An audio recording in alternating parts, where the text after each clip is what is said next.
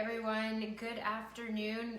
Your next section of Cooking with Nichole. Today we're gonna make cauliflower fried rice. I've got a lot of cauliflower on hand and I'm like, what can we do with the cauliflower before it goes rotten in the refrigerator and makes a hell of a smell that my husband so loves when that happens. And so we are going to make cauliflower fried rice, a really quick recipe. We're going to add some chicken to it to amp up that protein factor. So in my frying pan here, I've already turned on the stovetop and have 4 tablespoons of olive oil heating up, and you can see it's starting to peel away from the sides of the pan. So we're gonna now take our fresh cauliflower rice. You can find this in a lot of the grocery stores now. There for the longest time you had to kind of do it yourself in the food processor and it would get messy, but Cash-Wise, Hornbacher's, Walmart, Target all now have the fresh, already diced up cauliflower rice ready for you to go. So we're going to add that to our frying pan. And I'm using 2 bags of it so that we're going to be able to have enough for a 6-serving dish. And this dish will make 6 servings for us.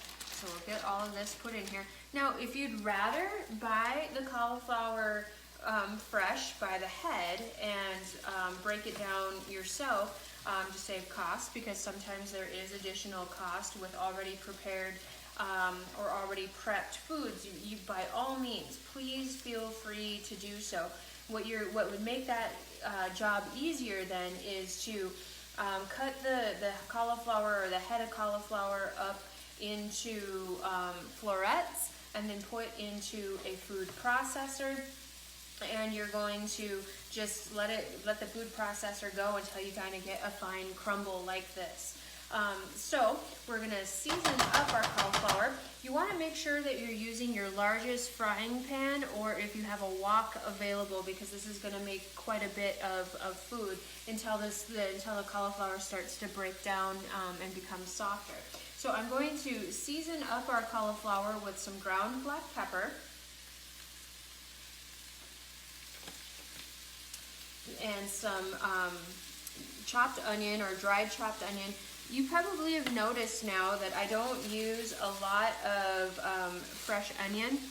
I hate fresh onion, personally. I hate that it makes me cry. I hate the smell of it. And I don't like the texture of real onion in food. But for whatever reason, dried onion, I'm okay with. Because I do like the flavor that it adds to food. I just don't like the prep of it itself. I don't like to see the big chunks of it in my food. So we're going to let this kind of cook down. And while we're letting this cook down, we're going to also add, I have 9 ounces of already cubed cooked chicken breast. Now, if you have leftover rotisserie chicken, you can cube up some leftover rotisserie chicken and add it into here. If you grilled some chicken breast on the grill the other day and you want to cube that up and add it into here, this is a good way to use some of those leftovers that you might have on hand. And so we had some leftover grilled chicken on hand. My sous chef / husband cut it all up for me before the video here. And so we're going to add this into our cauliflower rice as well. And we're just going to let this cook down until the rice becomes softer in texture. And then we'll come back and we'll add our egg and soy sauce and other vegetables. Okay, so we've had the cauliflower rice and the cubed chicken simmering on the stove here for about 5 minutes uncovered. I did not add any salt when I seasoned the cauliflower rice and chicken. I only added pepper and the onion flake. It's important that you don't salt your fresh veggies while on the stove, because salt, of course, dehydrates your vegetables, which then extracts the water out of it. And then you end up with a really runny, watery dish. So anytime you're cooking fresh vegetables or sauteing them with some olive oil, don't add salt until the very end to prevent your vegetables from becoming mushy. Another key thing too is, like I said, not cooking it with the lid on it, because what happens with the lid, it over steams the vegetable, and again, it gets overly soft and it gets mushy. So if you're wanting to keep it in its more al dente or to the teeth or to the tooth texture, meaning it's still a little crunchy but yet cooked, keep the lid off and no salt right away. So now we're going to add the rest of our ingredients. I have a tablespoon of some minced garlic that we're going to add in here. I have about 1 2/3 cup mushroom. I used shiitake mushrooms, and these are fresh mushrooms again, just because canned mushrooms are going to be watery. They have more of a rubbery texture. I don't really care for them. And actually, mushroom is an optional ingredient with your cauliflower fried rice. If you don't like mushroom, by no means, you have to add it. So we're going to add that into our bowl here. And we'll just stir this around. Mushroom breaks down really quick, and we did chop it up pretty fine, so this is going to break down. And again, you can see why I'm saying using your largest frying pan or wok to make this happen, because this is creating quite the food mixture here. So stirring this around to incorporate it. And now we're going to add in our egg. So I have already cracked 2 large fresh eggs, and we're gonna make ourselves a little donut, if you will, or make a middle there. And I've already cracked my 2 large fresh eggs and whipped them up so that they're all beaten. And you're going to pour it right down into the center of your vegetables there. And you're just gonna let this cook like if you were making scrambled egg. Let that cook down a little bit, and then we'll stir it all together and break it up, and that will create the egg component to your chicken fried rice. Once that's done, we'll add in our frozen vegetables. You can use any frozen vegetable that you would like. If you like to use broccoli, you can use broccoli. If you want to use a cauliflower blend or a California blend, you certainly could. The reason why I didn't choose that is because we're already cooking with cauliflower. So I'm going to go with the more traditional peas and carrots route. I did find an Asian frozen vegetable mix that I thought about using and considered using, but it had a little more carbohydrate to it compared to the peas and carrots for what we're doing here today. So I'm going to just stir my egg around here. As you can see, it's starting to become scrambled egg consistency. Now, if you find that your eggs are sticking to the bottom of the pan, or to prevent that from happening in the beginning before you poured the egg mixture down, you could just throw a little tap of extra olive oil into the bottom of the pan just to make sure that that doesn't stick. But as we get going here and as this continues to cook, that is going to break up just fine. So we're going to let this continue to cook, and we'll be right back with the rest of the recipe.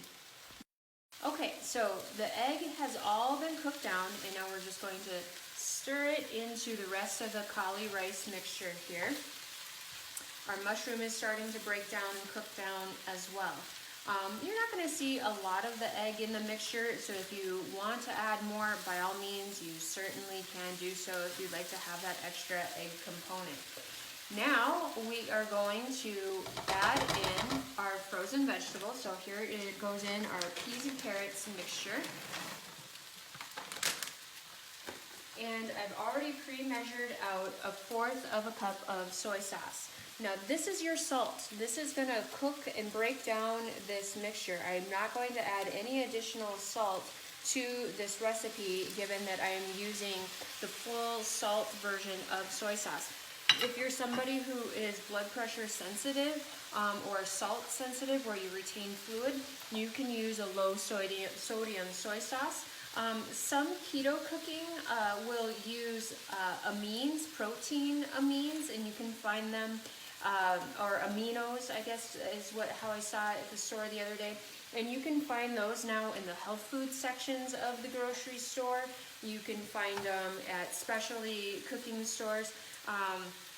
you know, why pay the extra cost? I think soy sauce is just fine. The carbohydrate content to it is minimal, if anything. So we're gonna just let this all combine down, and that soy sauce is going to break down the cauliflower here a little bit.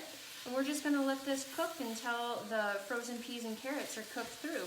But because our chicken was already cooked, because vegetables don't take long to cook down and caramelize, this is essentially done. So this whole pan is 6 servings. 1 cup is a serving size, probably a little closer to a 1.25 cups overall, because this is quite a bit of food here. It's going to be about 240 calories, 9.5 grams of net carb, or just under 2 teaspoons of sugar, and 18 grams of protein.